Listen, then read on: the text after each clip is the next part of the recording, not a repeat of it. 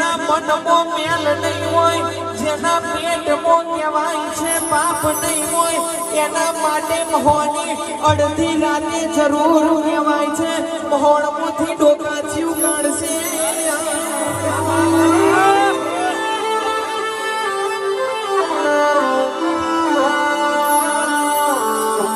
જેના વગરને